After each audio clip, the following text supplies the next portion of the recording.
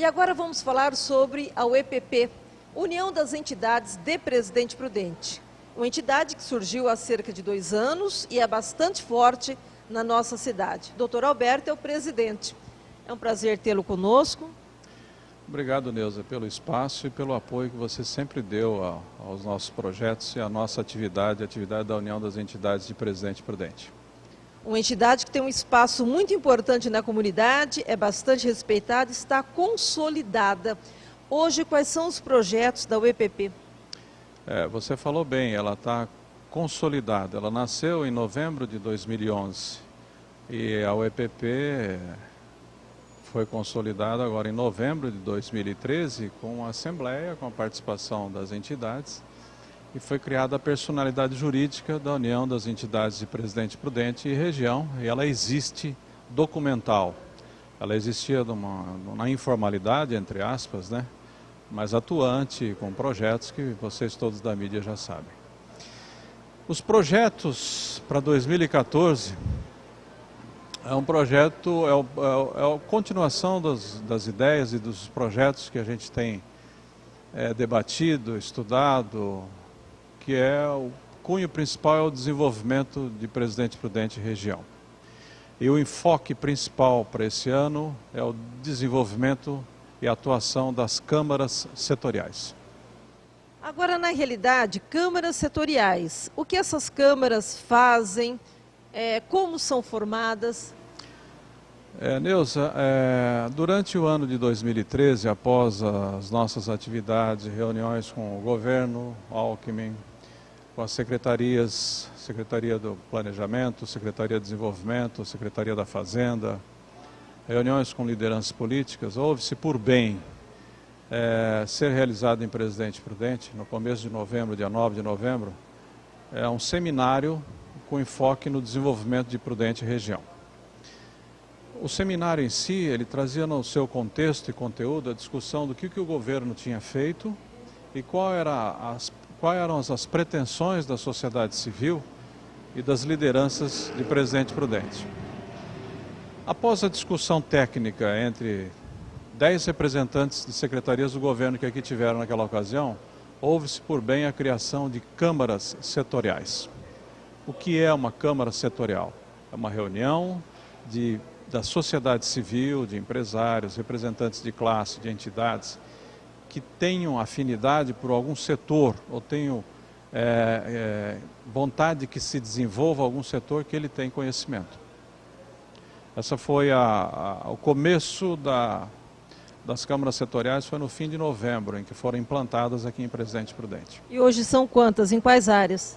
A proposta no seminário é que fossem criadas 4 câmaras setoriais: agroindústria, turismo e comércio, área de informática, tecnologia de informática e ensino superior, e novos empreendimentos e infraestrutura. Eram 4 câmaras temáticas em que foi uma proposta entre a sociedade civil e as secretarias que envolviam esses setores. Durante o trabalho das câmaras setoriais em fim de novembro, houve-se por bem criar mais câmaras setoriais. Mais 2, porque as discussões versaram sobre pontos fortes, fracos, e mais 2 câmaras setoriais. Uma de tributação e guerra fiscal e a outra de articulação. Ou seja, como essa entidade é importante, com essas câmaras setoriais que abrangem quase que todos os setores, né? O objetivo foi esse mesmo. A necessidade de Presidente Prudente e Região é um desenvolvimento global. A posição atual da nossa região é uma posição que precisa de investimento em todos os setores: infraestrutura, agronegócio, que é um ponto forte regional, tecnologia de informática, que nós descobrimos nesses 2 anos que é um ponto forte em desenvolvimento e é uma realidade em Presidente Prudente, turismo, a região propicia isso, e todas elas estão envolvidas num desenvolvimento macro-regional. Agora, doutor Alberto, essas câmaras temáticas já foram criadas e já tem resultado desse trabalho? As câmaras foram formadas, os elementos foram convidados E o próprio governo, através da Secretaria de Planejamento, houve-se por bem um acordo em fim de novembro, que fosse criado um portal que seria uma reunião via informática, via online eletrônica, em que essas câmaras, como tem elementos de Prudente e da região, conversariam e trocariam ideias sobre o projeto. Seria uma reunião através de um portal eletrônico que foi criado pela Secretaria de Planejamento, está em funcionamento a partir do dia 2 de janeiro deste ano. Inclusive eu pediria a você, vou pedir à mídia, que divulgue o endereçamento eletrônico para que os interessados possam se credenciar e discutir assuntos e projetos que já fazem parte do plano de ação das câmaras setoriais. E qual é o endereço? É Secretaria de Planejamento. Eu vou dar para você na íntegra, para você colocar no seu display, no seu vídeo. E através da secretaria, você entra em contato com o e-mail, através da secretária, mandando as suas informações de endereçamento, e eles mandam uma senha provisória para que você acesse o portal das câmaras setoriais. Uma outra discussão é com relação à Ferrovia Norte-Sul, que vai trazer muito progresso por onde ela passar. Como está essa discussão? A discussão até a última reunião do ano passado é que a Ferrovia Norte-Sul, a licitação do projeto Estrela do Norte, Panorama, entrando pelo estado do Mato Grosso até Dourados, o governo ia abrir licitação para esse trajeto. Houve uma promessa da Valec e da EPL de que o nosso trajeto via Panorama, região de Presidente Prudente, norte do Paraná, Santa Catarina, Chapecó e o Rio Grande, continuaria o projeto. Porém, a nossa discussão sobre esse tema, que continua ainda essa discussão, é a necessidade de se fazer o projeto antigo, que é o projeto Margeando o Rio Paraná, do lado do estado de São Paulo, e a conexão Mato Grosso via Rosana. Já tem uma ponte pronta, a ponte Sérgio Mota, que é rodoviária e ferroviária. Isso eliminaria custos desnecessários de trajeto, quase 500 quilômetros a mais de ferrovia, e duas pontes, uma em Panorama e outra em Guaíra, que é a proposta do estado do Mato Grosso, cruzar todo o estado do Mato Grosso e eliminar o oeste praticamente do estado de São Paulo e parte do oeste do Paraná, e fazer a conexão com o trajeto original em Guaíra, eliminando esse trajeto no estado de São Paulo praticamente. A discussão continua. Nós temos informações que a diretoria da Valec e da EPL, que é a firma de logística, vai ser trocada agora no começo do ano, e as discussões continuam com a sociedade civil e no seminário de Presidente Prudente, na Câmara Setorial relacionada à infraestrutura, o governo do estado de São Paulo entrou nessa discussão e nessa briga junto com a sociedade civil. Hoje nós temos o apoio do governo do estado de São Paulo, através da Secretaria de Transportes.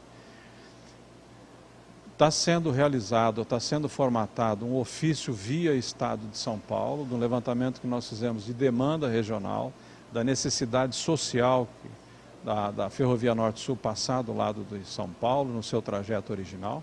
E o Estado de São Paulo deve protocolar esse ofício e entrar junto com a gente a partir de fevereiro nas negociações com o governo federal. Boa sorte para todos nós. E para encerrar, os trilhos estão abandonados. A LL. A discussão com a LL, nós tivemos duas reuniões. Infelizmente, a sensação que a gente tem da LL é que é uma empresa em que visa lucro e ela quer, de uma maneira bem prática, usar o que funciona.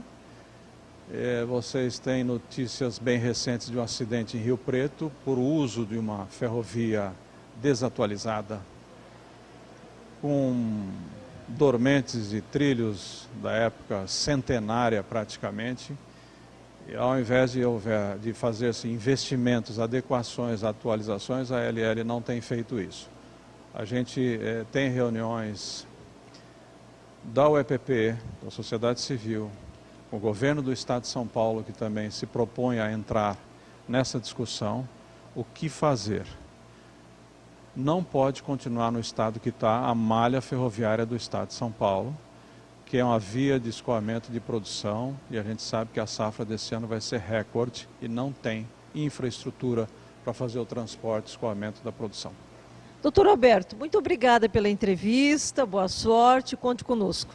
Obrigado, a União das Entidades continua aberta a propostas, trabalho, a articulação com a sociedade civil continua. Precisamos de apoio e precisamos que a sociedade, de uma forma geral, se envolva com o nosso trabalho e com as nossas metas. Obrigado pelo espaço que você tem dado e o apoio que você tem dado à União das Entidades de Presidente Prudente e Região. Muito bem. E o nosso programa vai ficando por aqui. Um grande abraço a todos. Mas você também deve mandar sugestões para entrevistas. Anote aí o nosso e-mail. neusamatos@neusamatos.com.br.